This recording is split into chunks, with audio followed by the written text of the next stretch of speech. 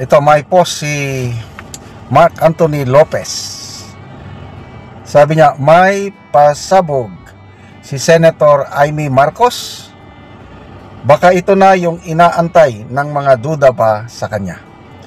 Okay, so si Senator Amy, sa kanyang official Facebook page, ito ang kanyang posto.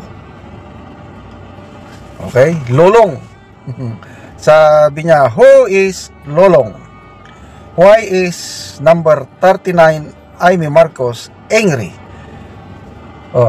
Galit ako kay Lolong. April 28. So ngayon is, diba, 27 ngayon. So bukas may pasabog si Senator Amy tungkol kay Lolong or Lolong. So sino si Lolong? Lolong na kinagagalitan ni Senator Amy. So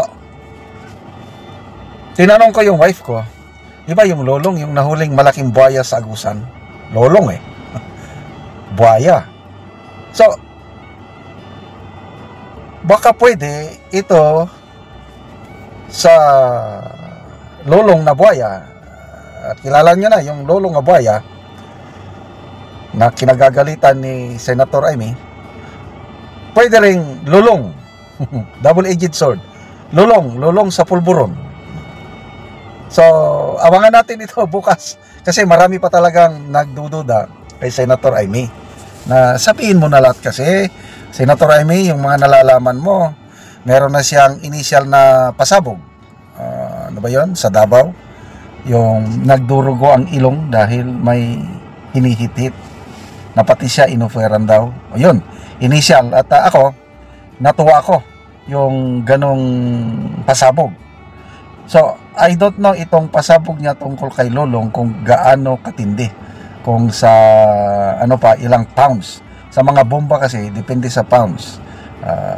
Yung bomba ng ating Air Force, ang alam kong may 250 pounds, may 500 pounds, I think may mga 1,000 pounds pa Malala ko nung gera, nung all-out war, panahon ni President Joseph Estrada, ang hinulog is 500 pounds.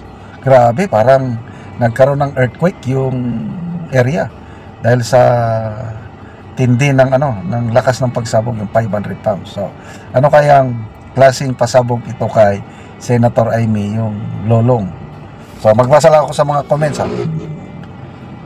Eduardo Castillo, sabi niya, pag Lolong, L-O, si Insan. Pag Lolong, L-U-L-O-N-G, si Bro. Ang spelling dito, L-U-L-O-N-G, Lolong. Nako. Kasi kung Lolong buhaya, L-O-L-O, si Lolong. Sayang, hindi ko nakita yung actual na Lolong bago siya namatay. Yung wife ko, nakita nila nung buhay pa si Lolong na buhaya. Talaga, ang laki daw. Kaya lang, napabayaan, kulang sa maintenance. Yung munisipyo na nag-alaga kay Lolong, nagpapabayad na, tourism na, daming pumunta. Ang hina ng yung living conditions ni Lolong, mahina, kaya nagkasakit, parang pneumonia. Sayang yung Lolong na. So, agree ako dito kay Eduardo Castillo. L-U-L-O-N-G. Ito yung nakalagay sa galit ako kay Lolong. Si Bro daw, Bro. Sir Lems Stamps, sabi niya, double-edged sword ang word nga Lolong. Kasi pwedeng Lolong sa pulburon or Lolong buhaya. Ano kaya to? Grabe naman si Senator Amy. Sweeps, sabi, gamay na lang, Senator Amy, basin makonvince na ko nimo. Trust issues, you see, unta genuine na this time. So yes, kasi malapit ng eleksyon. Maraming nag-o-observe kay Senator Amy. Okay?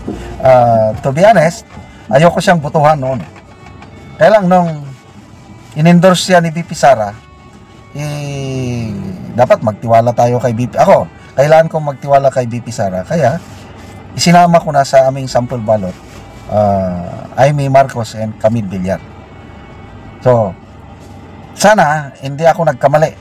Sana yung tiwala ko kay BP Sara magbunga kung ang pasabog ni Senator Amy bukas tungkol kay Lolong malakas na pasabog, hindi yung kasi yung pasabog niya tungkol sa Peninsula Hotel ba yun, yung nagdurugo ang ilong, medyo mahina pa yun, but it's a good start, parang pantakot sa mga na-involve, mga ano.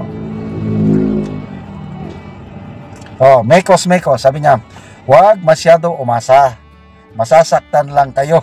99% sure ako hindi kasali kapatid niya sa kanyang pasabog, when in fact ang asawa ng kapatid niya ang dahilan ng lahat. Joy Alvidera, ipa-hair follicle test na yan, Madam Amy, para matapos na issue at makausad ng ating bansa. Kawawa ang Pilipinas. So nga, bakit hindi na lang magpa-testing na lang? Kung wala talaga tinatago, di tapos na. Wala nang issue na ito dahil ayaw. Kaya maraming nagdududa pa rin. Army Galicio, sabi niya, yung lulong sa droga. Alexander Carion, makalulong naman to. Clarence Sabuero, yung pinsan mo at kapatid mo ang ama ni Lolong Ma'am. Alberto Isip, ibig sabihin ng lulong sa bawal na gamot, lulong sa pagnanakaw, lulong sa lahat ng kasamaan. Okay, so bukas abangan natin ano yung pasabog ni Senator Amy tungkol kay Lolong na galit na siya. Okay, salamat mga kaibigan sa inyong pagsubaybay sa ating channel. Nakakatulong kayo ng malaki sa tribong Talandig dahil ang sweldo natin sa channel na ito is tinutulong sa tribo. Namimigay tayo ngayon ng mga yero at pako para ma-repair ang kalunos-lunos na kalagayan ng bahay ng mga Talandig sa Bukidnon. Panoorin nyo ang video na ito. Ang balay ni Tatay Surino, Pidyaan. Nga tabangan gyud kay kuan lang kawayan nang ang atop. Ayo. Dayon. Mayong hapon nay. Oo.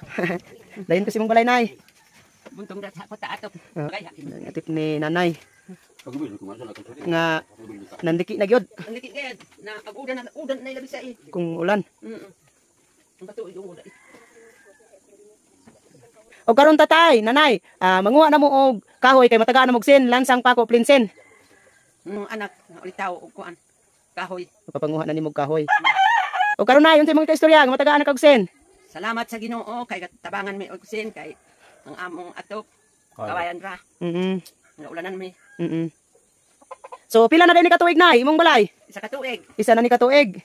Apa nanliki na? Nanliki na mo ulan na sa salog. Ay, oo nanay. Pila ka buok imong anak nay? Kuan.